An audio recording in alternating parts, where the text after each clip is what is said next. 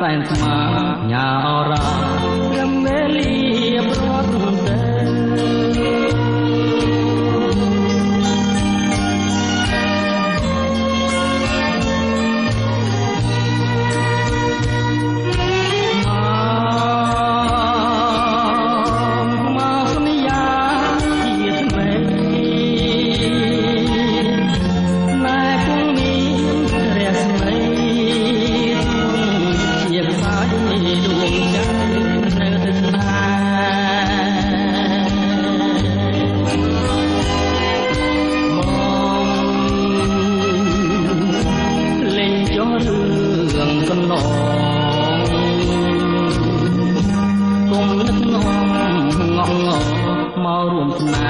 ដូចតែមុនតែមិនព្រៀបធៀបខ្លាយលំណែថ្នមលំស្នេហ៍ស្និទ្ធលិនស្នេហ៍ជាប់ចិត្តត្រៀមគិតគេស្រមៃតែស្ដាយដងใจក្រៀមក្រ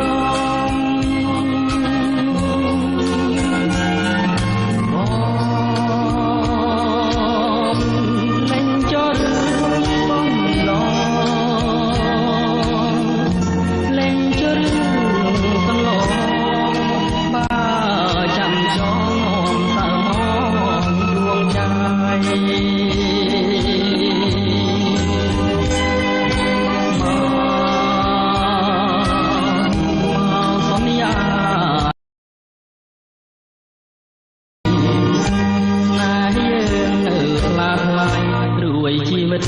គិនទៅនៅអាឡ័យតែមក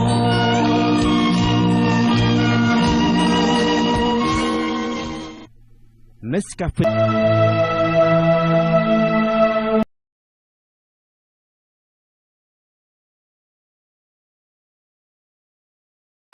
ហើយលោកបានថ្លៃជាងឯងទៀតផងគឺមកពីឯងលក់ថ្លៃហ្នឹងបានជាគ្មានគេទិញយើងមានរបស់លក់រៀងខ្លួនបើឯងលក់មិនបានយើងក៏លក់បានម្ល៉េះហើយអ្នកទិញគេក៏ទិញរបស់យើងទៅនេះឯងលក់កាត់មុខយើងប៉ុណ្ណឹងហើយនៅចង់យកឈ្នះយើងទៀតហ៎បើខ្លាំងណាស់តោះទៅវាយគ្នានៅលើគោកម៉េចបានហើយនាងម៉ៃអើយគាត់តែរឿងប៉ុណ្ណឹងរករឿងវាយគ្នាធ្វើអីទៅពួកយើងសិតតអ្នកស្រុកភូមិជាមួយគ្នាទេមិនមែនអញ្ចឹងទេណាមីងនាងចាន់ម្នាក់នោះគឺវាលក់កាត់មុខខ្ញុំរាល់ថ្ងៃណាមីងនាងចាន់ក៏អញ្ចឹងដែរបើកន្លែងដែលនាងម៉ៃទៅហើយនាងចាន់ទៅទៅអីដែរមីងតែយើងជាអ្នករកស៊ីតាមទូកដូចតែគ្នាតែអ្នកណាលក់អីបានក៏លក់ទៅហើយអ្នកទិញគេចង់ទិញរបស់អ្នកណាគឺជាសិទ្ធិរបស់គេប៉ុន្តែមកពីនាងម៉ៃនោះចេះតែមករករឿងខ្ញុំគ្រប់ពេលណែនាងចាន់ធ្វើដាក់យើងប៉ុណ្ណឹងហើយនៅទម្លាក់កំហុសលើយើងទៀតហ៎បិទស៊ីមកច្បាឥឡូវហ្នឹងស្អីចង់វាយយើងហ៎មិនគាត់ថាយើងគ្មានដៃតនេះចង់តមកជាមួយយើងទៀតទេណែប្រចាំយើងគប់ទៅមែនណាបើចិត្តសឿងណាគប់មកមិនគាត់ថាយើងនេះគ្មានដៃគប់តវិញមែនទេហើយបានហើយនាងចាន់និងនាងម៉ៃមកបំបីគ្នាហើយនៅតតាំងគ្នាដល់ណាទៀតពួកយើងមិនមែនជាសត្រូវនឹងគ្នាឯណាហើយបើសិនជាប៉ះគ្នាមិនបានទេស្អែកបំបីគ្នាលក់រៀងខ្លួនទៅ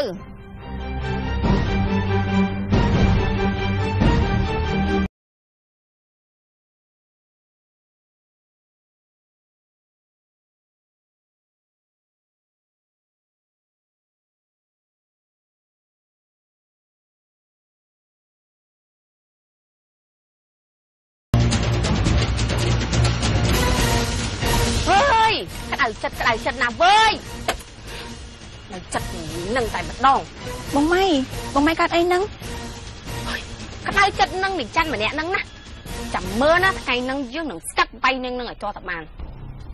បងម៉ៃនេះបងម៉ៃទៅមានរឿងជាមួយនាងច័ន្ទទៀតហើយមែនទេបងចង់ទ្រាំដែរតែពេលខ្លះវាទ្រាំមិនបានសោះវាដូចជាជ្រុលពេកបានអញ្ចឹងមិនអីទេណាបងម៉ៃចាំល្ងាចនេះខ្ញុំអ៊ំលក់ទៅតាមមាត់ស្ទឹងក៏បានដែរបងវាប្រហែលជាដាច់ខ្លះហើយបងណា anh dơ lụa anh nà kì nè ná kì mà tên anh nữa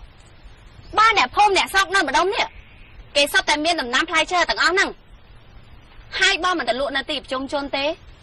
nè ná kì mà tên anh hai anh đam bay cho anh hay nữa cha bongខ្ញុំដាំបាយឆ្អិនរួចអស់ហើយបើអញ្ចឹងបងត្រឡប់លាងខ្លួនសិនទៅណាចាំខ្ញុំរៀបចំអាហារឲ្យ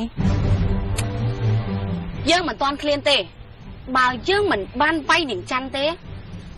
យើងលេបបាយមិនចូលទេវើយមីខ្ច័ន្ទបងម៉ៃ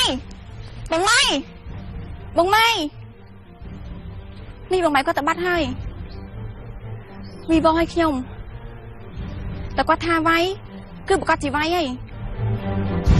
គិតមិនទៅខ្ញុំបងម៉ៃបងម៉ៃ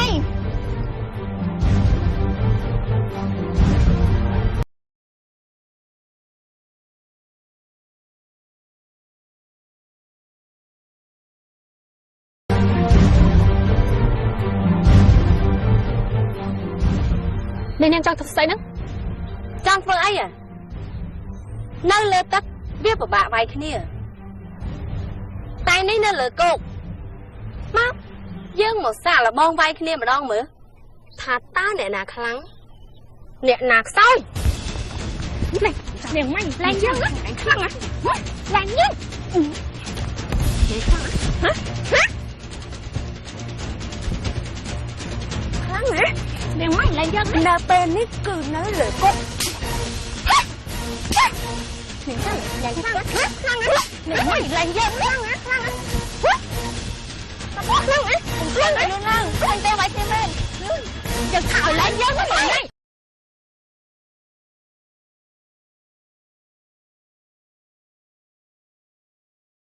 អ្នកណាលេងយើងគឺអាធំទៀតលេងអញទៀតលេងបើយើងមិនបដៅនាងនឹងចាញ់ទេអូម៉ៃចាំអូម៉ៃយើងធ្វើតែអីមានរឿងអីលេងគឺនាងម៉ៃនោះវាមិនស្អាតវាយខ្ញុំចាក់មានថ្លៃវាសោះមិនចូលរងចិត្តទៅថយខ្ញុំផងបងចាន់ខ្ញុំសុំទោសជំនួសម៉ៃផងណាបងចាន់ណៃវិញមកមិនដល់ឯងទៅសុំទោសវាយើងវាយវាប៉ុណ្ណឹងគឺនៅស្ទើរណាមកពីវាគឺវាលក់ស្ទាក់មុខយើងរាល់តែថ្ងៃបើមិនបានបណ្ដៅនាងនឹងទេម៉ៃបានទេបានហើយនាងចាំតោះទៅផ្ទះហើយចាំមីនិយាយជាមួយនឹងម៉ៃនាងចាញ់នាងឯងចាំមើលណាយើងនឹងទៅប៉ាពុកម៉ែយើង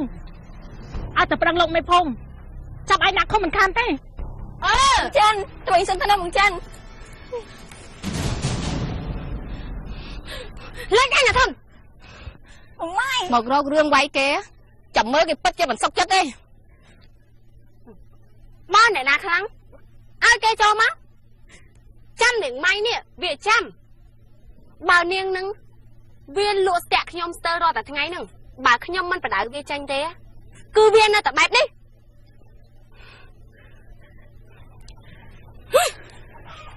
បងម៉ៃ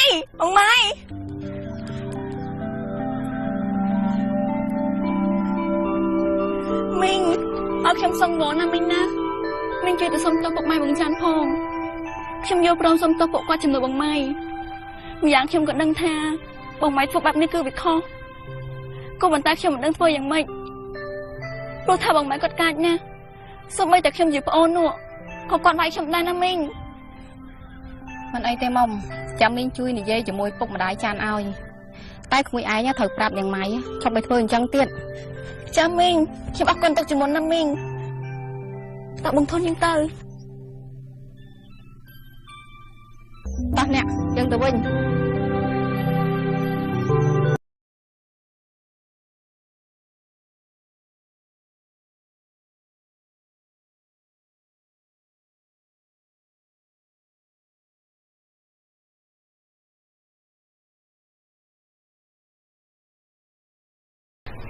យើងបានធូរចិត្តបន្តិចហើយ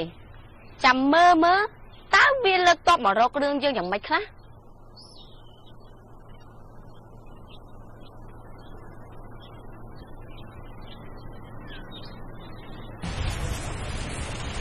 ណែបណ្ដាគ្នាស្រទៅស្រមកនេះបានន័យថាម៉េច នេះគិតថាយើងកំពុងតែមានបញ្ហាឲ្យចូលមកបន្លំក្បែរខ្លួនបងអូនស្រីយើងអញ្ចឹងមិនអញ្ចឹងទេបងម៉ៃមុននេះខ្ញុំភ័យពេកខ្ញុំមិនដឹងជាទៅពឹងអ្នកណាខ្ញុំគ្រាន់តែហៅបងធនឲ្យមកជួយទៅហើយចុះវិថីស្រុកកើតសង្គ្រាមមែនទេទើបបានជាទៅពឹងពួកអាមនុស្សប្រុសអស់ហ្នឹងមិនអញ្ចឹងទេបងម៉ៃក៏ប៉ុន្តែខ្ញុំខ្លាចខាងគេនោះមានមនុស្សច្រើន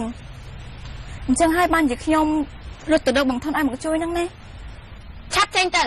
កុំមកជន់ទីនេះឲ្យយើងឃើញមុខទៀតអាធន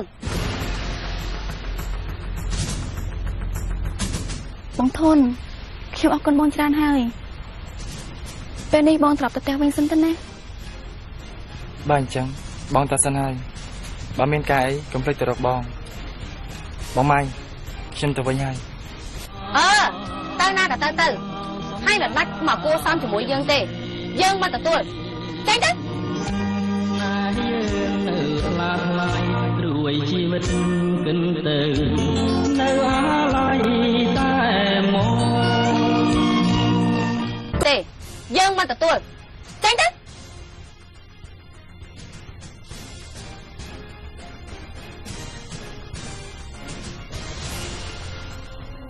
នេះមក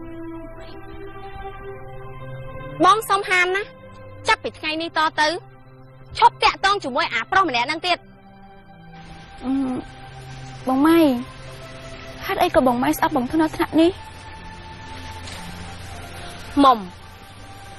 តាំងពីអត់ពីឪពុកម្ដាយទៅបងគឺជាបងស្រីជាឪពុកម្ដាយរបស់ឯងហើយបើឯងចង់ស្រឡាញ់ប្រុសណាម្នាក់នោះក៏ត្រូវមានការអនុញ្ញាតពីបងដែរហើយសម្រាប់អាក្មេងម្នាក់ឈ្មោះធនហ្នឹងគឺបងមិនឲ្យស្រឡាញ់វាជាដាច់ខាតឮអត់បងម៉ៃខ្ញុំមិនបានស្រឡាញ់បងធនទេណាបងខ្ញុំគ្រាន់តែចង់រាប់អានគាត់ព្រោះថាគាត់គឺជាមនុស្សល្អហើយរាល់ថ្ងៃនេះខ្ញុំមិនដែលនឹកគិតថាស្រឡាញ់មនុស្សប្រុសណាម្នាក់ទេណាបង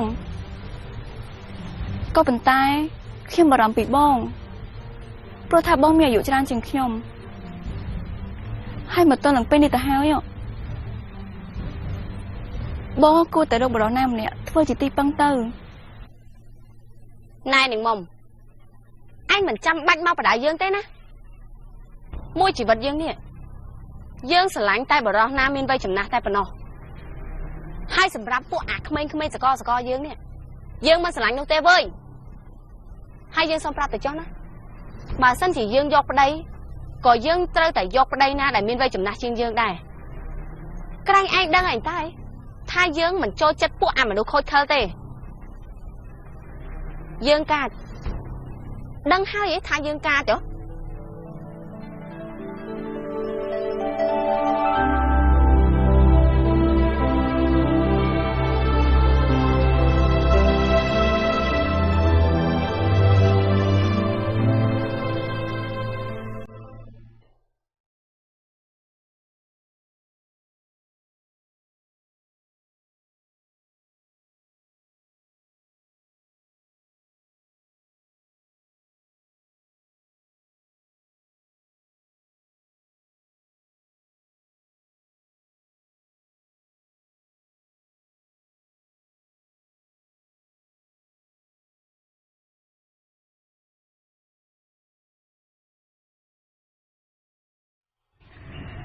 គឺមែនហ្នឹងហើយ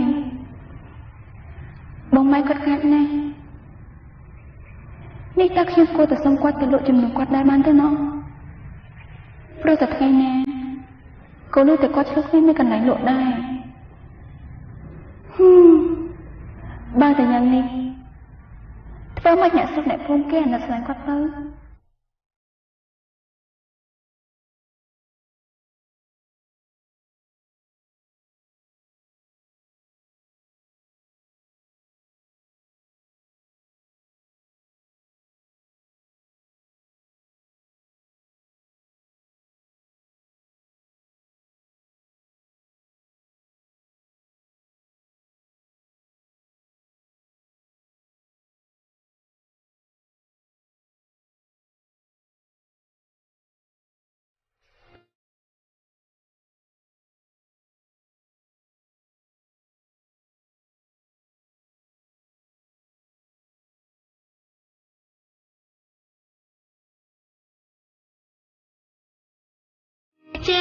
មានលោកម្ចាស់ណាត្រូវការទិញទេ អ្នកលក់ផ្លែឈើមកនេះមកផ្លែត ចាលោកម្ចាស់លោកម្ចាស់ត្រូវការទិញអីមែនទេ មែនហើយលក់ផ្លែឈើអីខ្លះទៅ ចាផ្លែឈើរបស់ខ្ញុំនេះគឺមានច្រើនមុខច្រើនប្រភេទណាស់សូមលោកម្ចាស់អញ្ជើញមកមើលទៅពេញចិត្តមួយណាតាមខ្ញុំរៀបចំជូនហើយលក់នៅក្នុងតម្លៃសមរម្យនោះទេ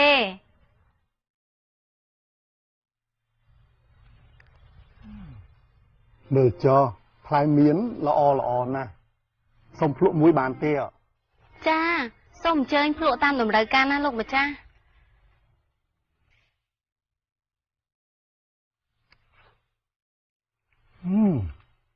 ផ្លែមៀនមួយផ្លែនេះពិតជាផ្អែមខ្លាំងណាស់ក៏ប៉ុន្តែនៅចាញ់សម្ដីរបស់អ្នកលក់ទេ លោកម្ចាស់ចេះតែបញ្ចោហើយខ្ញុំអាណាទៅសម្ដីផ្អែមនោះ អត់ទេខ្ញុំនិយាយមែនណាសម្ដីក៏ផ្អែមរូបក៏ស្អាតហើយនេះរស់ស៊ីមុខរបរនេះតាំងពីពេលណាមក ចាលោកម្ចាស់តាំងពីពុកម៉ែខ្ញុំស្លាប់អស់ទៅខ្ញុំក៏ចាប់មុខរបរនេះដើម្បីចិញ្ចឹមជីវិតហើយថែមទាំងមានប្អូនស្រីម្នាក់ទៀតនៅផ្ទះឯណោះ ថាម៉េចអញ្ចឹងនាងជាក្មេងកំព្រាទេ ចាលោកម្ចាស់សប្តាហ៍ថ្ងៃនេះខ្ញុំមានបងប្អូនតែ2នាក់ទេជាក្មេងកំព្រាហើយសុទ្ធតែជាមនុស្សស្រីអញ្ចឹងហើយសូមលោកម្ចាស់ជួយទិញផ្លែឈើខ្ញុំឲ្យច្រើនទៅណាលោកម្ចាស់ ស្ដាប់ទៅគួរឲ្យអាណិតខ្លាំងណាស់មិនអីទេផ្លែឈើនេះខ្ញុំសុំមកយកទាំងអស់ចោះតែច្បាស់ហើយថានាងជាក្មេងកំព្រានោះ ខ្ញុំឯណាទៅហ៊ានកុហកលោកម្ចាស់នោះគឺពិតប្រាកដហើយណាលោកម្ចាស់ ហើយចោះនាងឈ្មោះអីហើយផ្ទះនៅណាដែរ ចាខ្ញុំឈ្មោះម៉ៃហើយផ្ទះរបស់ខ្ញុំនៅប្របមាត់ស្ទឹងឯខាងណោះ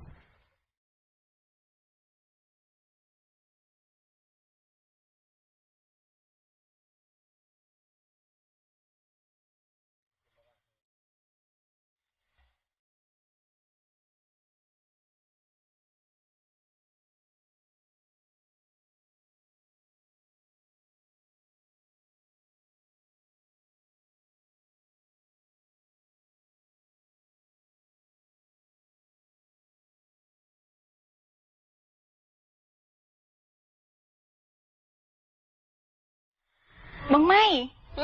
បងម៉ៃលក់អស់ហើយមែនទេបានជិះមកពីព្រឹកម្លេះ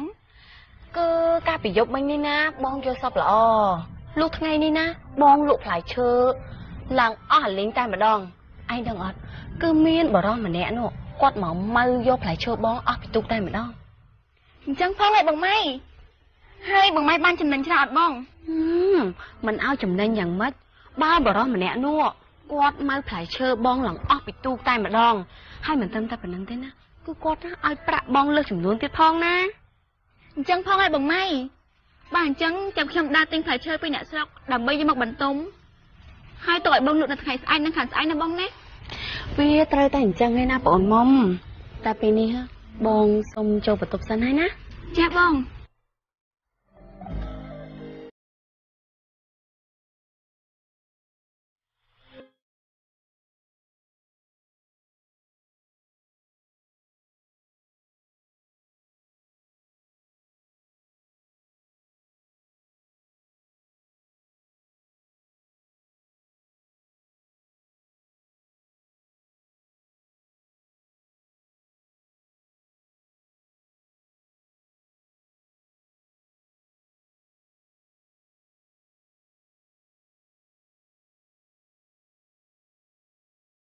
នៅក្នុងក្តីសម័យរបស់ខ្ញុំហើយនេះតើខ្ញុំមានឱកាសបានជួបគាត់ម្ដងទៀតទេណោះ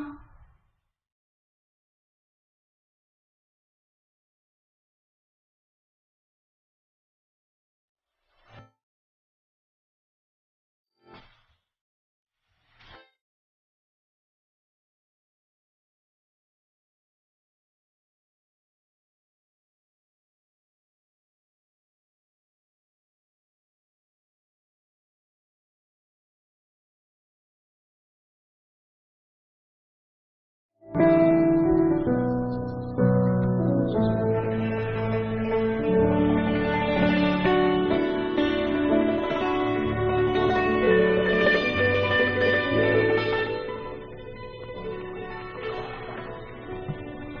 លោកម្ចាស់ត្រូវការជួយទិញផ្លែឈើទេលោកម្ចាស់ អូបាទអត់ទេ លោកម្ចាស់ជួយទិញខ្ញុំខ្លះទៅលោកម្ចាស់ផ្លែឈើថ្មីថ្មីល្អណាស់លោកម្ចាស់ អូបាទអត់ទេអូនិយាយអញ្ចឹងមានស្គាល់នាងម៉ៃដែរទេ អូនាងម៉ៃលោកម្ចាស់ បាទ ចាស់ចាស់ស្គាល់អន្តើធម្មតាស្មើនឹងនាងមកលក់ហើយតែថ្ងៃហ្នឹងដូចជាមិនឃើញមកលក់លោកម្ចាស់ជាម៉ួយរបស់នាងម៉ៃមែនទេ បាទមែនហើយ បើអញ្ចឹងលោកម្ចាស់ចាំបន្តិចសិនមើលពេលលោនាងម៉ៃគេមក បាទ ណាយើងនៅស្លាប់ឡាយរួយជីវិតគិនទៅនៅអាឡ័យតែមក បាទ ខ្ញុំលាលោកម្ចាស់ទៅសិនហ្នឹង បាទអញ្ជើញចុះ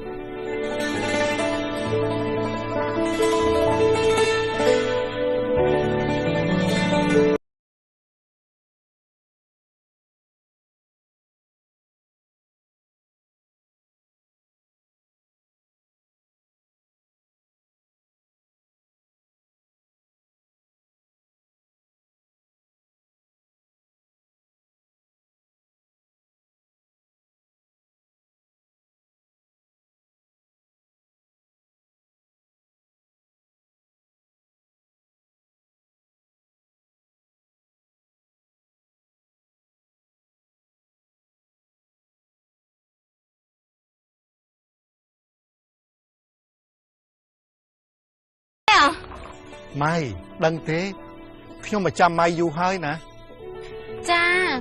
គឺថ្ងៃនេះខ្ញុំរវល់ជាប់លក់ឲ្យភ្ញៀវនៅឯខាងនក់ អញ្ចឹងគេទិញអាល្អល្អអស់ហើយមែនទេ ចាលោកម្ចាស់ផ្លែឈើថ្ងៃនេះគឺមិនសូវល្អនោះទេបើលោកម្ចាស់ចង់ទិញក៏ខ្ញុំមិនលក់ឲ្យដែរ អញ្ចឹងហ៎ លក់ឲ្យធ្វើអីទៅបើផ្លែឈើមិនល្អផងហ្នឹងលោកម្ចាស់ជាមនុស្សល្អសម្រាប់ខ្ញុំត្រូវតែលក់អ្វីដែលល្អជូនលោកម្ចាស់ហើយ បើអញ្ចឹងថ្ងៃនេះមិនបាច់លក់ផ្លែឈើក៏បានដែរខ្ញុំចង់សុំទៅស្គាល់ផ្ទះម៉ៃម្ដងហ្នឹងណា ហ៎លោកម្ចាស់និយាយថាម៉េចហ្នឹង គឺខ្ញុំមានបំណងចង់ទៅស្គាល់ផ្ទះម៉ៃតើបានទេ ផ្ទះរបស់ខ្ញុំម៉ែផ្ទះរបស់ខ្ញុំតូចណាស់មិនសមនឹងទទួលលោកម្ចាស់តែដឹង ឬមួយក៏ម៉ៃមានអីលាក់បាំងជាមួយនឹងខ្ញុំហ៎ ចាគឺអត់មានទេណាលោកម្ចាស់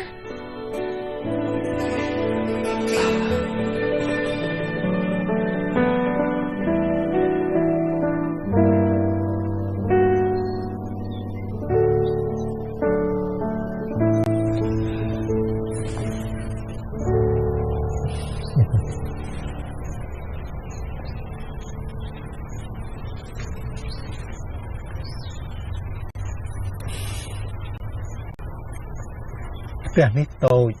តែមើលទៅគួរឲ្យចង់រស់នៅណាស់ហើយនេះម៉ៃនៅជាមួយតែប្អូនស្រីតែ2នាក់នឹងទេ លោកម្ចាស់ អរគុណហើយ មានអ្នកណាទៀតលោកម្ចាស់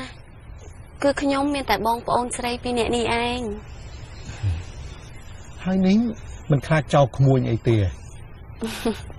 ខ្លាចចេះតែខ្លាចហើយតែធ្វើម៉េច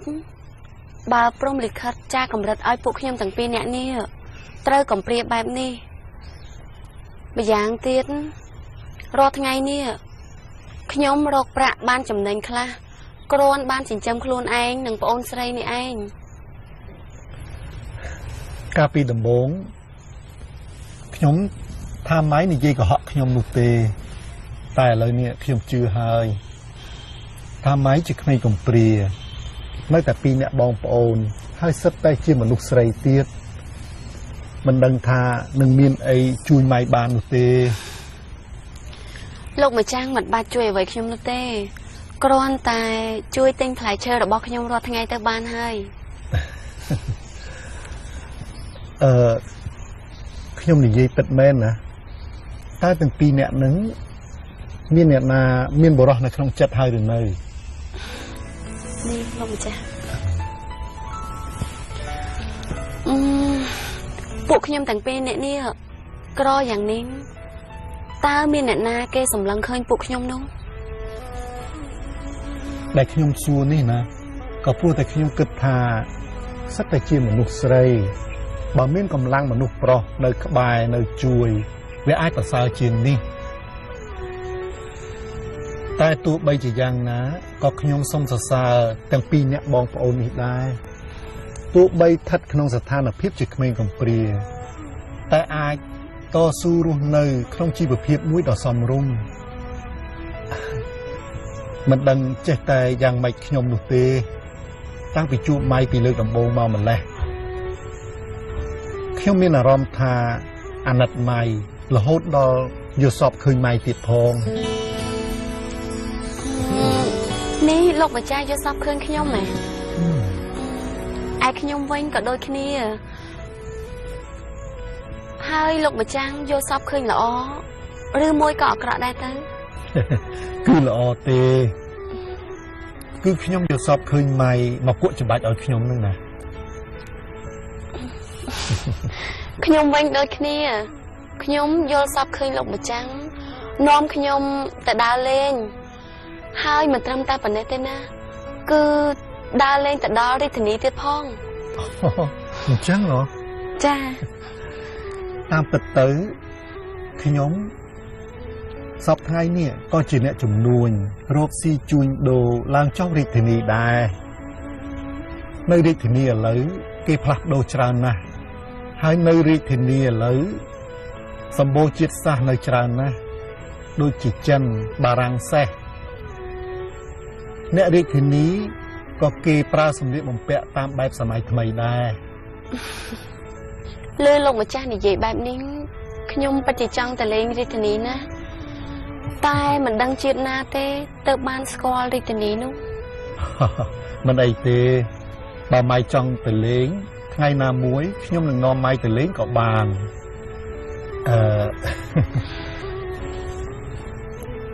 តែពេលនេះខ្ញុំមានការចង់និយាយជាមួយនឹងម៉ៃតែពីរនាក់តើបានទេ